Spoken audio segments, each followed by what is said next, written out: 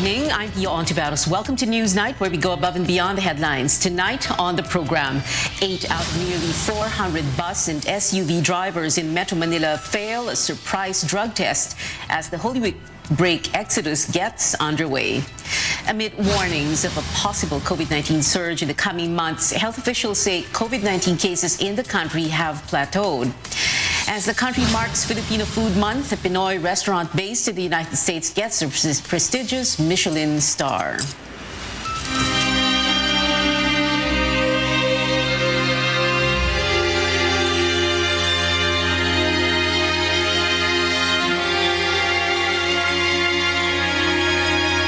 The weekend before the Holy Week break, bus terminals are getting busier by the day as Filipinos take out-of-town vacation trips or go home to their provinces. As Stanley Gaheta tells us, authorities conducted random drug tests on bus and SUV drivers in select terminals. Passengers are converging here at Parañaque Integrated Terminal Exchange or PITX. Some have arrived early just to book their trips. The terminal this Friday morning met quite a surprise as mandatory random drug tests dubbed Oplan Harabas were conducted. Randomly selected bus drivers were first on the list. Fortunately, they tested negative. Okay yan, pero yung ibang mga driver na addict, hindi nila alam, di ba? Pero mahuli sila. Kasi marami yan dyan eh. Hindi naman. Kasi hindi naman ako nag-drugs. Tama to, mas maganda nga to para ang pasahero, safety rin. Dahil dala ng driver ang buhay ng mga pasahero eh. A total of 200 bus drivers, operators and conductors underwent random drug testing at PITX. However, based on PIDEA report, there were 8 individuals who tested positive of illegal drugs at MOA. Their driver's licenses were confiscated. Part ito ng demand reduction campaign natin, particularly kung mapatunayan natin na positive sila, papasok doon yung rehabilitation and reintegration program. If a driver tests positive, he will undergo a series of counseling and rehabilitation. Still, some passengers were disappointed with the random test which resulted in some inconvenience. Humingi tayo ng paumanhin at konting pangunawa sa ating mga kababayan, lalong-lalo na doon sa ating mga passengers. Admittedly, nagkaroon ng konting inconvenience pero sana maunawaan po nila. There were also canine dogs sweeping bus terminals to detect different types of illegal drugs. Meanwhile, PITX management recorded an average of 91,000 returning passengers this past 6 days. This weekend, the terminal expects this to go over 100,000 passengers, even from Holy Monday to Wednesday. With the terminal having 2,000 to 2,500 bus units, passengers can book trips via online or in ticketing booths. While buses are not yet fully booked, plans to even augment the number of bus units are in place in case the need for it arises next week. Following minimum health protocols like social distancing and wearing a face mask remain a must for everyone. Stanley Gahete, CNN Philippines. From bus terminals to the country's main gateway, passengers are also filling the Ninoy Aquino International Airport, many of them traveling for the first time in 2 years. More from Tristan Odalo. Airport officials are beefing up security measures ahead of the expected influx of travelers during the Holy Week and summer vacation season. And while restrictions have been eased in many parts of the country, officials remind the public that we are still in the middle of a pandemic situation. Despite the gloomy, rainy weather and waiting in the queue for hours at NAIA Terminal 3, some families and travelers express excitement over their travel plans pushing through, like Misty and 9 of her family members who are bound for Boracay on Friday. She says this is her first travel with family, including kids, since the pandemic happened. Para po may peace of mind. Mama ko, ate ko, husband ko, anak ko, mga pamangkin ko. Super excited. Angel Timosa couldn't wait to be reunited with his son and grandchildren in Iloilo. He and his wife are taking the opportunity to travel back to their home province ahead of the influx of passengers come Holy Week. Excited kami na makita yung apo, gano'n. Kasi siyempre sa tagal ba naman na may parang hindi sapat yung sa kung na kayo nag-uusap sa cellphone Iba talaga yung makakauwi at nakikita mo sila ng personal Cagayan de Oro-bound passenger Rodolfo Pancrudo also returns to Mindanao after being stranded by the community lockdown for 2 years. He hopes things will be returning to normal soon. Mag-Holy Week kami sa Mindanao. Alam na matagal na kaming hindi nakapunta doon. Walang problema ang biyahe kasi maganda naman ang biyahe ngayon dahil maski sa traffic, galing kaming Quezon. Travel documents are being thoroughly checked at the entrance. Passengers are also reminded to comply with the minimum health standards. Screening, surveillance, and communication equipment have been checked ahead of the influx of passengers starting this Palm Sunday.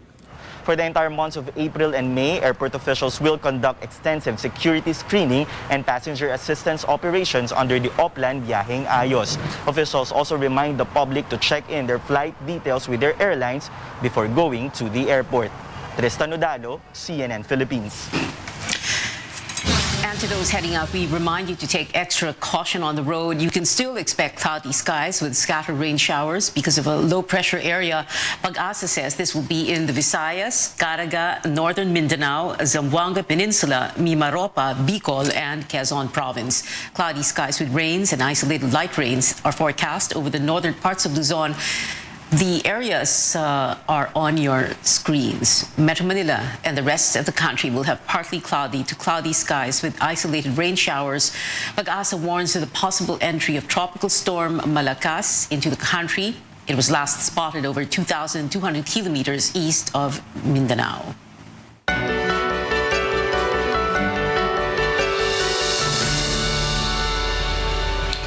COVID-19 transmission has plateaued in the country. Health spokesperson Maria Rosario Vergera explains infections are the lowest given the current situation. An average of 357 cases were reported daily from March 31st to April 6th. But Vergera and infectious diseases specialist Edsel Salvania says the numbers could still go up or down. Ang key dyan, kailangan masustain na natin ang plateauing o pagbaba pa o mapababa pa natin from that level through our minimum public health standards at pagbabakuna. So it's either bad or good. Kaya lang, kailangan ang gusto natin masustain na yung good side, patuloy na pagbaba nito mga kaso. Yung interventions is keeping the number of cases at a constant rate. So how do we improve that? We improve that by improving boosting, by improving adherence kung kakayanin pa. How will that get worse? If people start to relax, don't get boosted, mag-wane yung immunity at hindi gumamit ng mask. The DOH also wants boosters for minors 12 to 17 years old. It has asked the Food and Drug Administration to amend the emergency use authority of the vaccines to include that age group. The department also awaiting FDA approval for the fourth COVID-19 shot for adults. So yung fourth dose at saka yung booster shots for kids o yung 12 to 17. Atin lang pong inaantay ang Food and Drug Administration na maglabas ng amended EUA. Pag lumabas po ito, isusumitin naman natin ito sa Health Technology Assessment Council para sa kanilang pagsusuri ukol dito sa mga sektor na ito. Once all of these processes are done, we can be able to issue out the guidelines. The DOH plans to hold supplemental vaccinations of infants every last Thursday or Friday from April to June. It aims to inoculate 80% of 1.4 million infants 0 to 12 months old. Business Process Outsourcing or BPO companies and registered business enterprises or RBEs may extend their work-from-home setup. The Philippine Economic Zone Authority or PEZA says it is accepting applications for the hybrid work arrangement where 70% of the company's employees work on-site and the remaining 30% work from home. PEZA says this arrangement is possible only until September 12th, when the extended state of calamity because of the COVID-19 pandemic is set to end. The Economic Zone regulator earlier required BPO firms to return to office by April 1st, an order which Finance Assistant Secretary Paula Alvarez said forced some companies to withdraw from PEZA. PEZA, however, says it is not true that registered firms have left the eco-zones. Up next, an update on detained Senator Laila De Lima, who granted an exclusive interview with CNN Philippines. And the Philippines and the U.S. conclude their biggest ever Balikatan exercises on the same day of President Duterte's virtual meeting with Chinese President or counterpart Xi Jinping.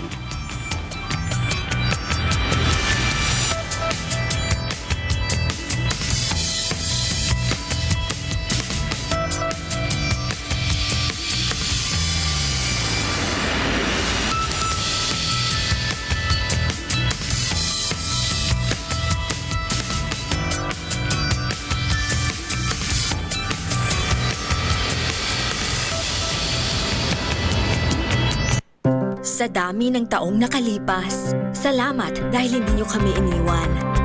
Dahil sa inyong tulong, mas naging maayos ang akala namin nakalimutan na. Basta't nariyan kayo, alam naming hindi mapapabayaan ang aming paghihirap para sa sarili, sa pamilya, sa kapwa, at sa bansa. Kampante kami, basta't kasama kayo. Tumagal tayo sa dilim, laman tayo ng nightlife. Now it's time to live the light life. Let's have San Mig Light with the sun out. Hindi lang panggabi ang bonding natin. Any hour is now happy hour. As you drink up the light life, kumagaan ang feeling. Ang katapusan ng bawat kwento, may inuumpisa ang bago. Get into the light life. San Mig Light.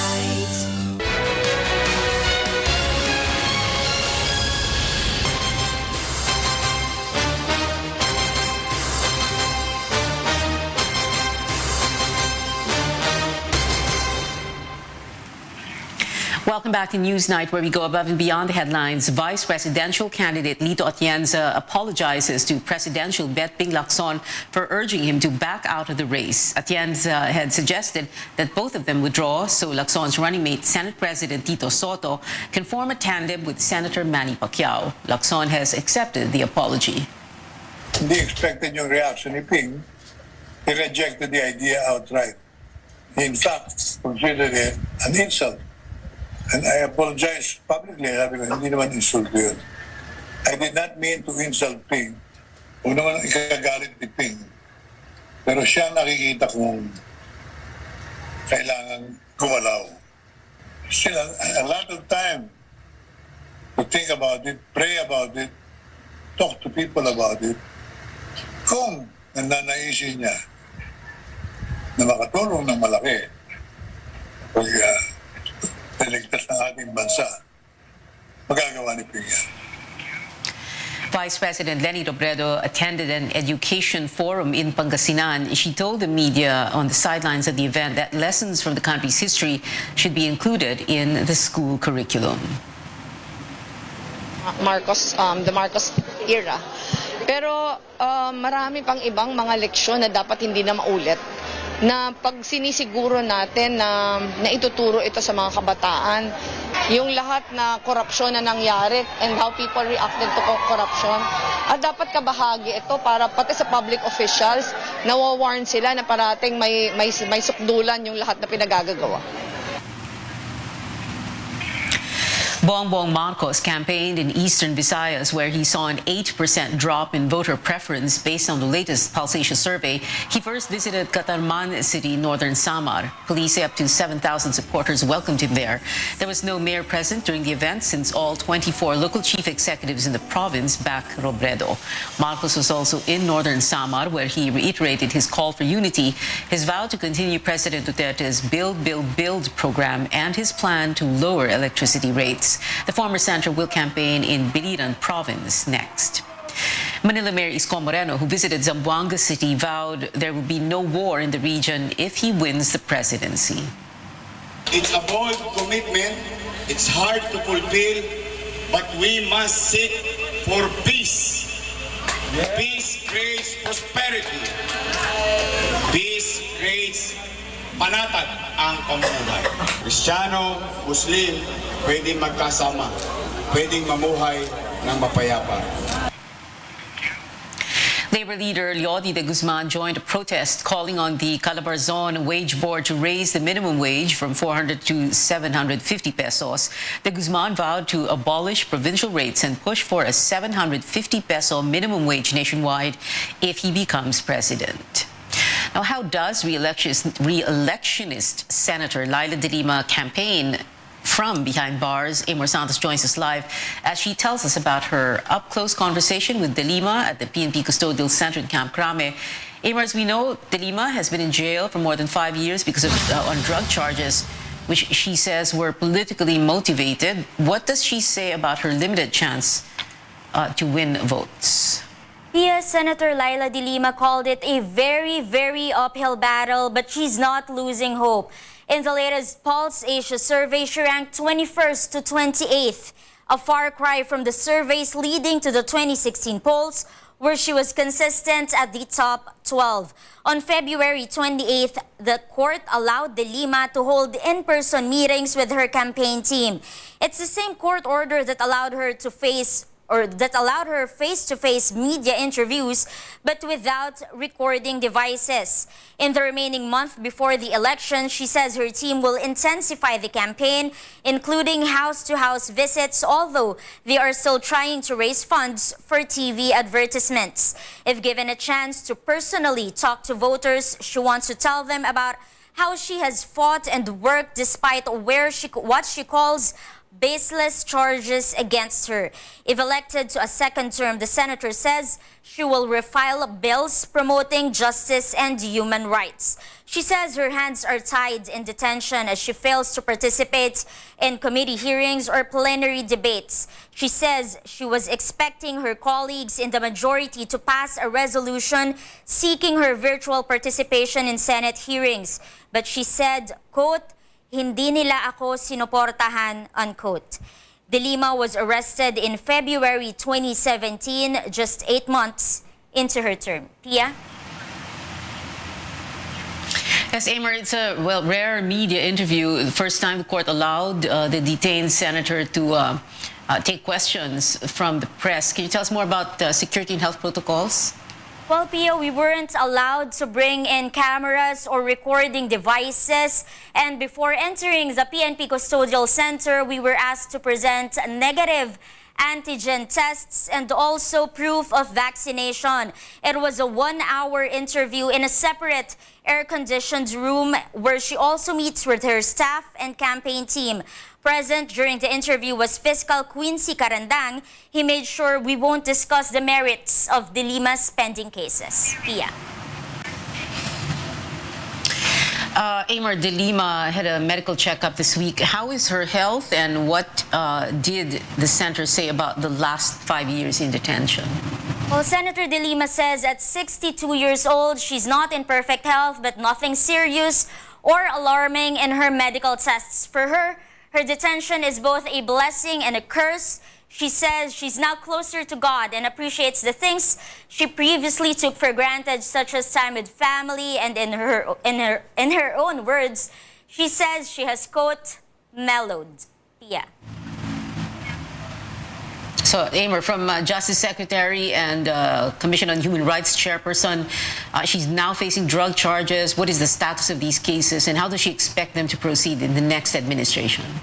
Well, as we know, Pia, the court has dismissed 1 of 3 drug cases against De Lima. Her camp is set to present evidence for 1 case, while the court is still hearing her bail plea in another case. De Lima has high hopes she will be vindicated if Vice President Leni Robredo wins as president, saying it will create an environment of truth-telling. She admits she's, quote, extremely worried about a Bongbong Marcos presidency, saying it will be a regression to human rights abuses and corruption and will be bad for the economy. But she said she's not sure how interested the survey frontrunner is in her case.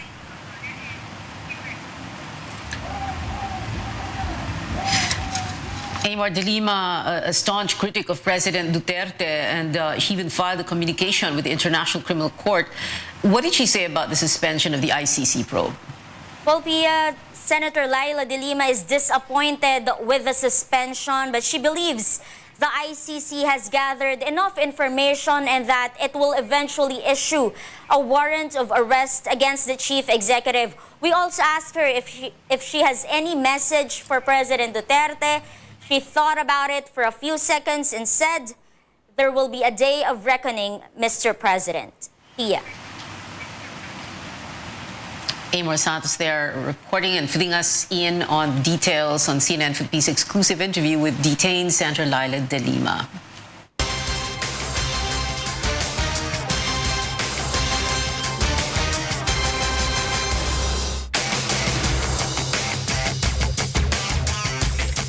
President Duterte and his Chinese counterpart Xi Jinping meeting virtually today.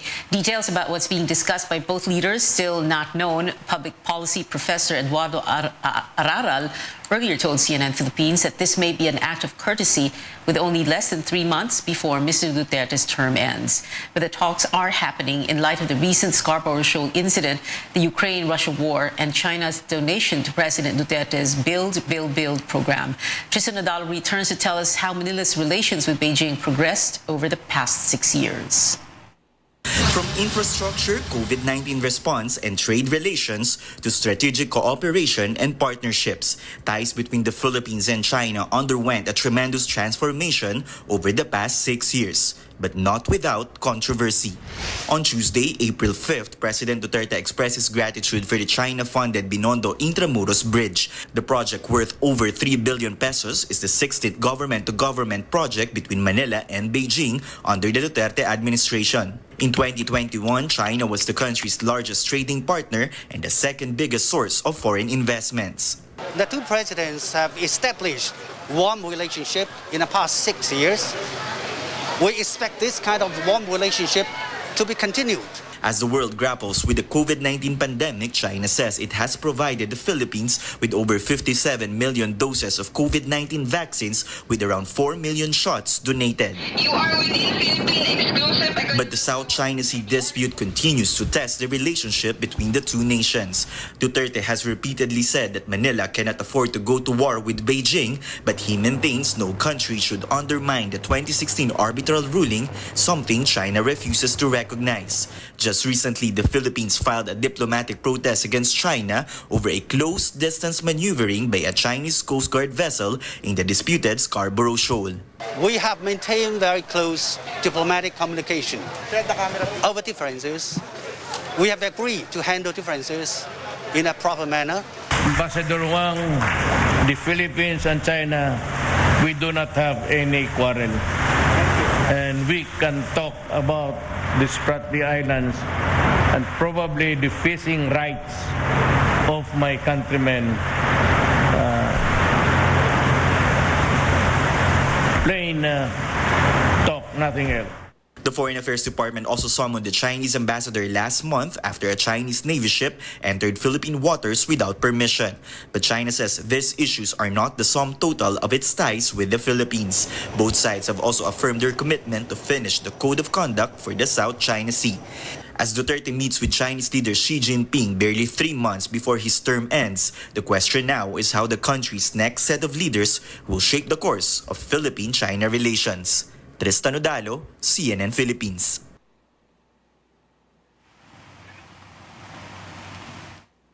On to Philippine-U.S. relations. The two countries marked the end of their biggest joint military exercises yet, held amid a backdrop of conflict among other nations, as well as increasing tensions in our region. David Santos walks us through the closing ceremony of the 37th Balikatan. The U.S. Army deploying a Patriot missile battery in Cagayan as part of the amphibious insertion exercise of this year's Balikatan. While the same system is now in Poland to help deter U.S. aggression, it's the first time ever U.S. sent out overseas one of its most sophisticated air defense systems by sea. This had nothing to do with current events. We were working on doctrine, capabilities, and capacity that our joint force needs currently and then going forward in a way to deter aggression. The Philippines is acquiring its own air defense system from Israel. When you always exercise, you're able to really feel how things are happen so that when the real war erupts, then we can be able to execute these plans effectively. In just about 2 weeks, both U.S. and Philippine forces showcased a dizzying litany of joint drills. From the live-fire exercises that featured the High Mobility Artillery Rocket Systems, or HMARS of the U.S.,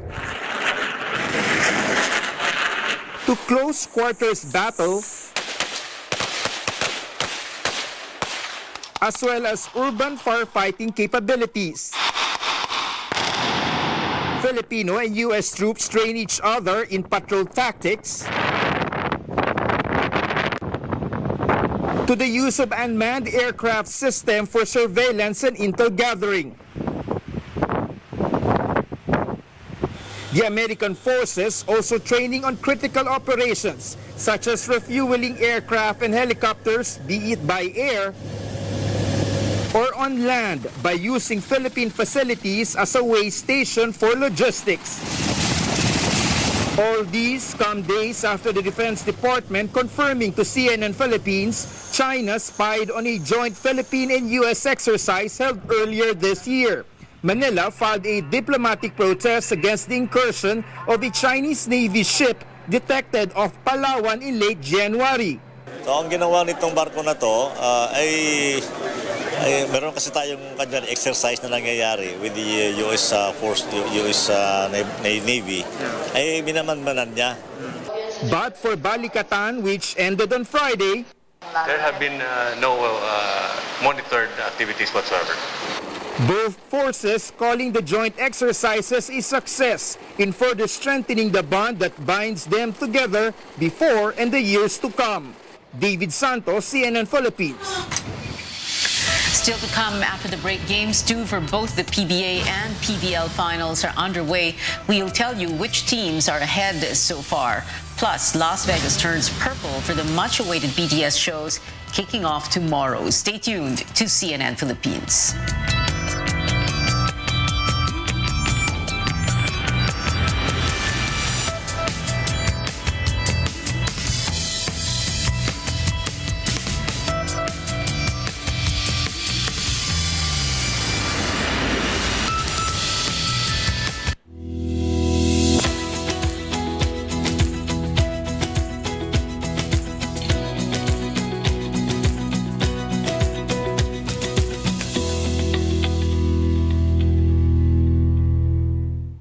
Exodus 18:21. But you choose from the people capable men, God-fearing men, men of truth, those who hate bribes, and put them over the people as rulers of thousands, rulers of hundreds, rulers of 50s, and rulers of 10s. Ang mabuting balita ay hatid sa inyo ng MX3.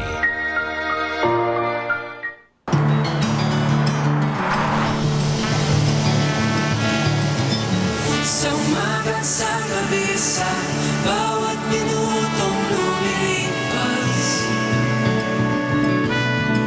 hinahanap-hanap kita, hanap-hanapin ka, sabik sa'yo. PBA Governor's Cup at the Mall of Asia Arena. So far, Meralco maintains the lead at the first quarter, 23-20. Heading over now to the Premier Volleyball League. The second finals match at the Inares Center in Antipolo is in favor of Petrogas in first set with a score of 8-6. But Creamline already has reason for celebration, with Tots Carlos just awarded Most Valuable Player and Best Opposite Spiker of the conference. Go to our social media platforms for the game results later. And just in time for Filipino Food Month, a Philippine cuisine restaurant in the U.S. state of Chicago has earned a Michelin star. Kasama serves local favorites like adobo and pancit bihon with a twist. It's owned by husband and wife Filipino Tim Flores and Korean-American Jeannie Kwan. The Michelin star is considered one of the highest honors in the culinary industry. And music updates now. BTS paints Las Vegas purple to create Bora Hegas. Multiple buildings and figures lit up in the K-pop group's signature color in anticipation of their permission to dance on stage shows in Allegiant Stadium. The concerts are slated for April 8, 9, 15, and 16.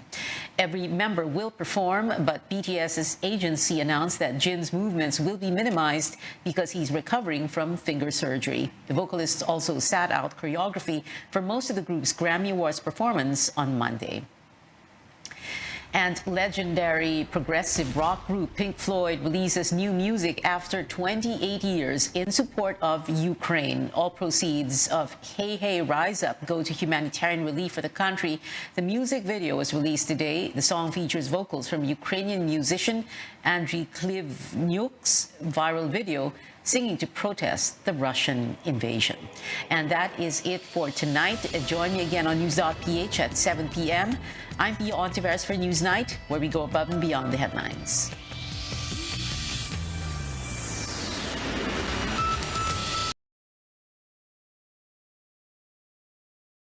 Today, the song features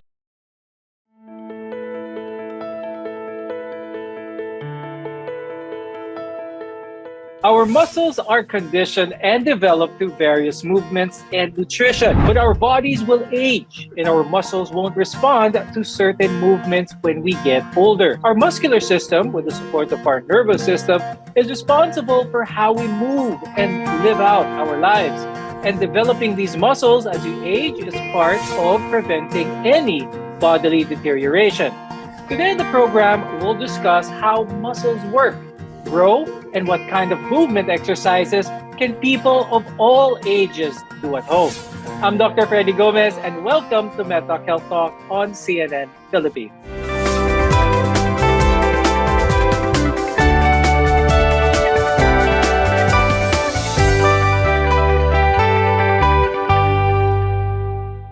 Our guests are here today to give insights on how the biology of muscles change as we age. With us is Dr. Enrique Leonardo Pacion, who is an orthopedic sports surgeon at the Asian Hospital and Medical Center. Also with us is Dr. Franklin Domingo.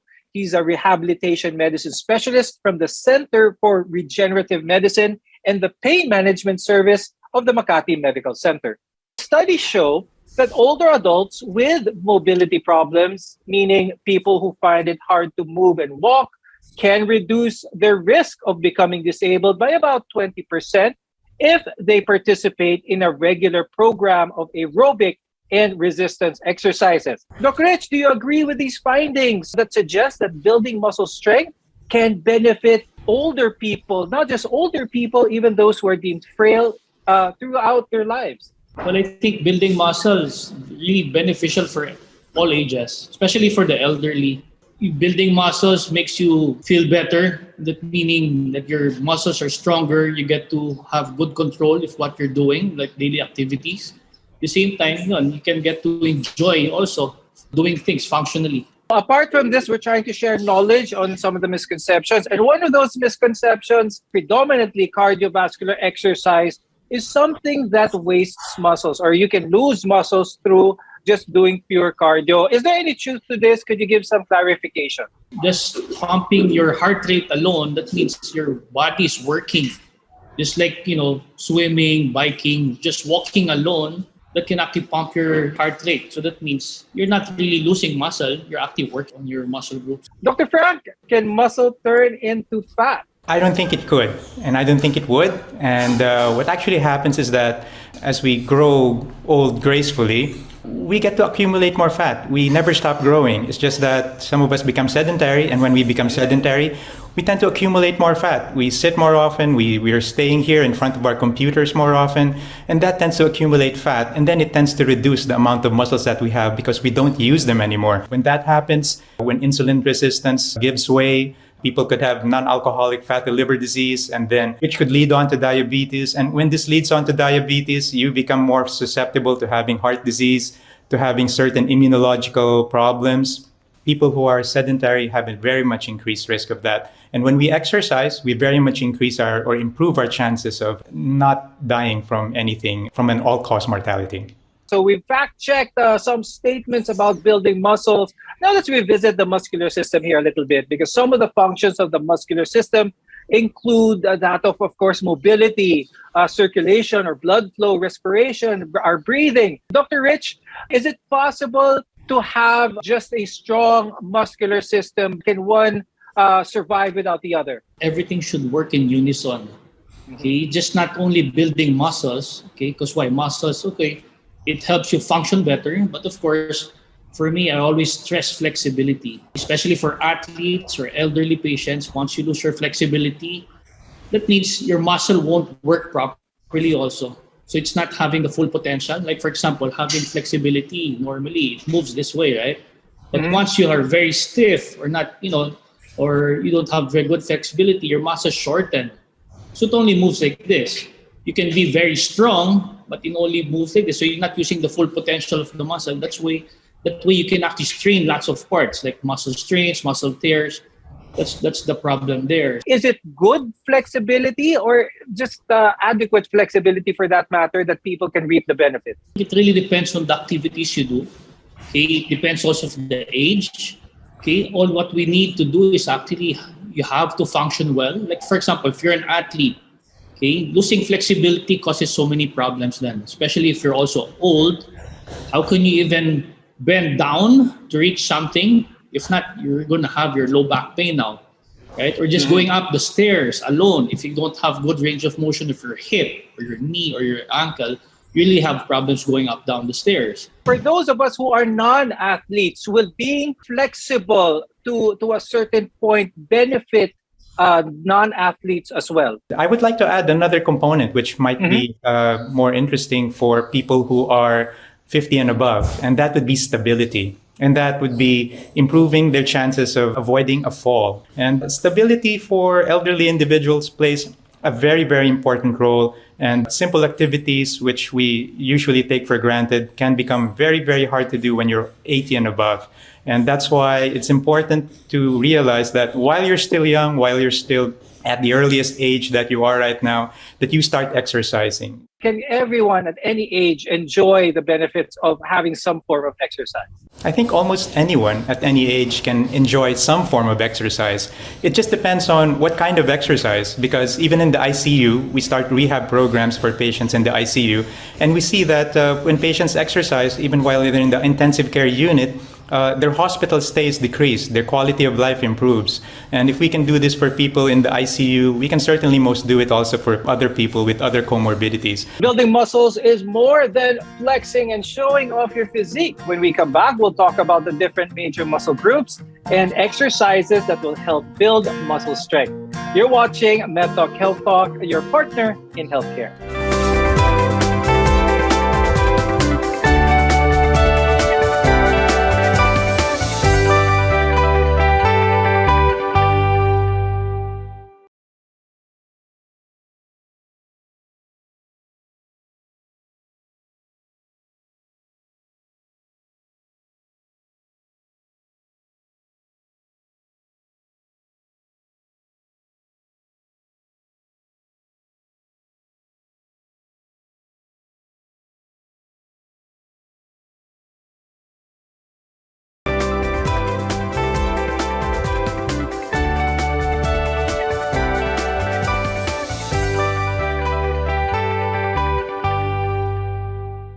I'm Dr. Freddy Gomez, and welcome back to MedTalk Health Talk, where caring is our calling. Now, in this episode, we're talking about building muscle. Now, a lot of our viewers may have this notion of building muscles as something that is more of a physique and aesthetic-driven endeavor. Doc Rich, when it comes to the muscle groups that need to be worked, is it important to be as specific as, say, a competitive bodybuilder where every exercise isolates a specific muscle, or can we focus on bigger muscle groups in order to benefit the body as a whole?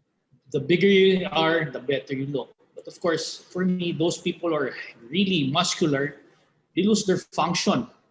They don't function well, they don't move well, because why? They lose their flexibility. For me, it's more of about functional movements, especially for the elderly.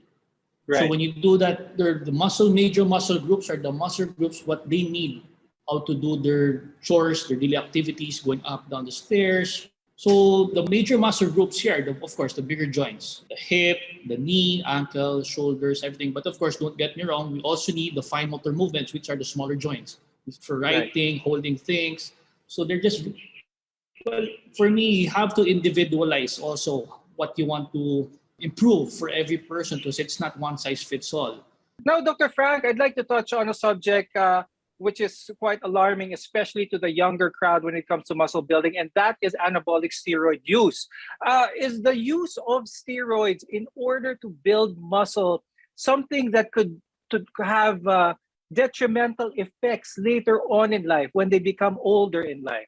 It's sad to say, though, that when I have talks with nephrologists who see patients undergoing dialysis, a lot of these young people who are in dialysis, unfortunately, they've been on anabolic steroids for quite some time.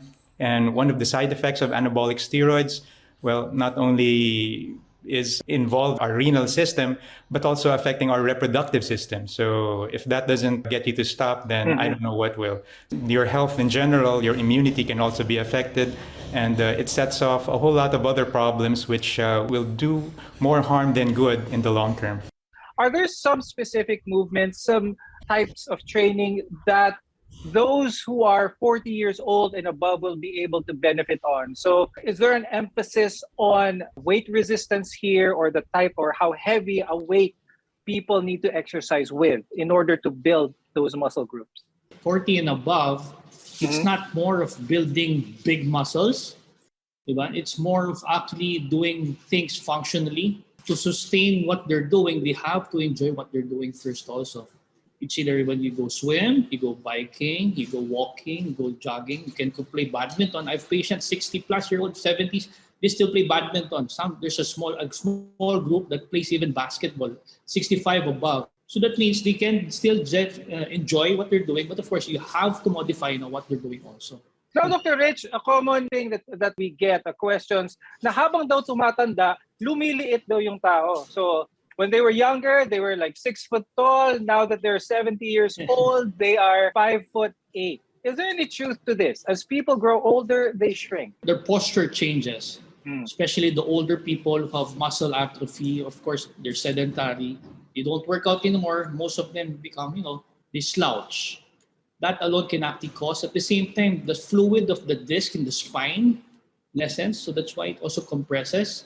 What can our viewers do early on so that when they reach a certain age, they could minimize or try and even prevent some of these symptoms that may appear that you will look shorter? Just simply get out of our seats and walk. That would be very good. And if we can walk with something loaded on us and we can exercise with the load, that would be excellent because we'd be loading up the bones. I think what Dr. Pasion might have been referring to would be osteoporosis. So in patients who do not exercise too much, osteoporosis can be seen. And not only the disc height, but sometimes even the vertebra itself, the backbone.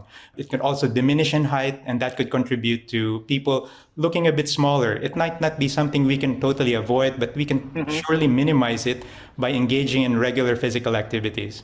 What type of movements would be ideal, Dr. Frank? What level? Do they need to sign up in a gym, be in an active class in the gym? Is this the type of movements that they need? 20s, 30s, 40s, maybe up to even the age 50. The American College of Sports Medicine recommends at least 150 minutes per week of moderate to vigorous physical activity. If the patient is doing a vigorous form of physical activity, they can skip the extra 75 minutes and they can get by with just 75 minutes of vigorous exercise. But this has to be, of course, coupled with at least 2 sessions per week on 2 separate days, preferably spaced apart by at least 1 day, of weight training or resistance training. You can use resistance bands. You can use anything at home that has to lift weights. Now, in building muscles, exercise is only a part of gaining muscle mass. Nutrition and diet play an important role here as well. More on this when we return. Your health is our mission here on MedTalk Health Talk. We'll be right back.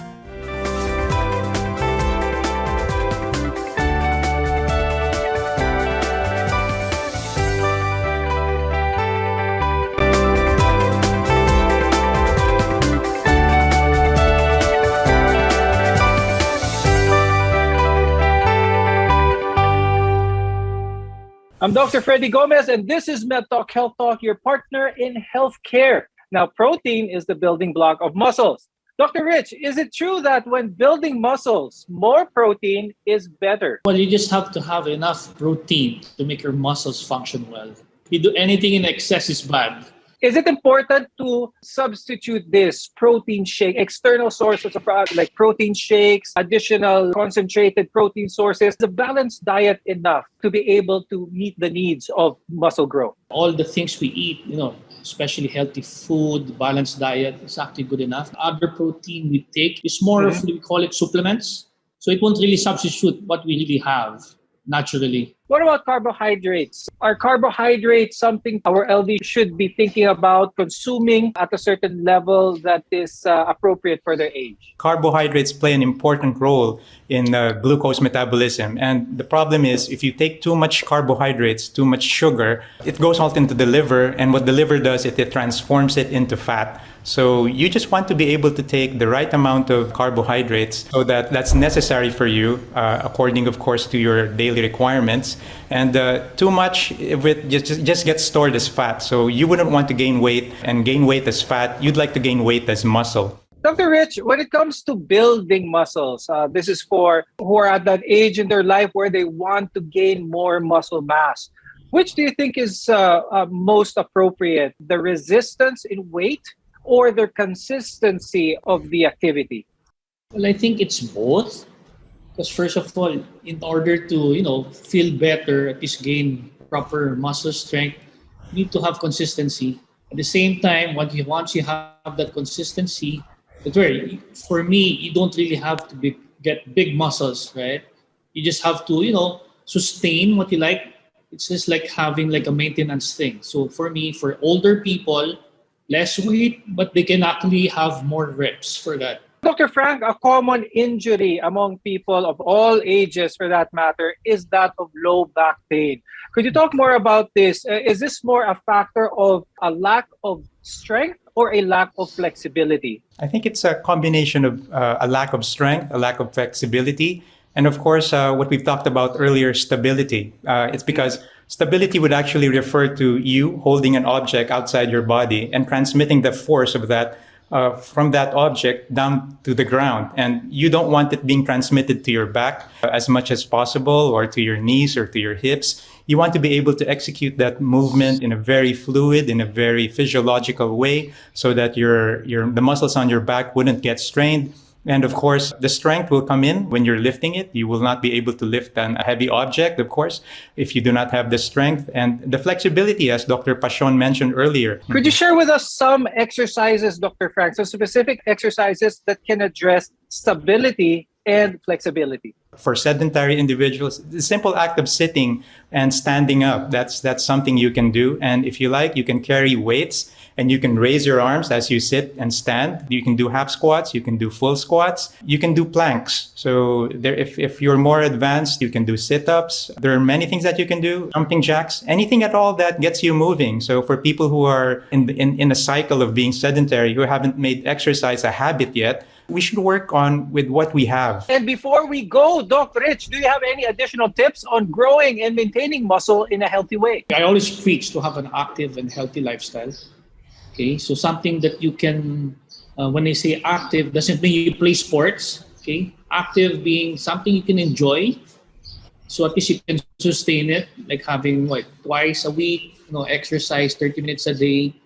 Okay, so at least in that way, you get to have better function. You get to do things you like. At the same time, you feel healthy, physically and mentally. And Dr. Frank, before we go, any advice for our viewers, especially when it comes to muscle building, flexibility, stability? It's not the years in your life, it's actually the life in your years. And that's what actually exercise is and what it does. It's one of the most potent medications or drugs that we have for us to be able to have a good quality of life. And with a good quality of life, we can have good flexibility, good strength, and all the other things that you've mentioned earlier. So the sooner we incorporate exercise into our lives, I think the better that will be. Older people do not gain muscle mass as well as young people, but this reality should not stop people in their 50s and older from exercising. If anything, it should push you to exercise more as you age. Thank you, orthopedic sports surgeon Dr. Enrique Leonardo Pacion and rehabilitation medicine specialist Dr. Franklin Domingo, for being with us today and sharing your tips as well as your insights. I'm Dr. Freddy Gomez, and thank you for watching MedTalk Health Talk. We'll see you again next time.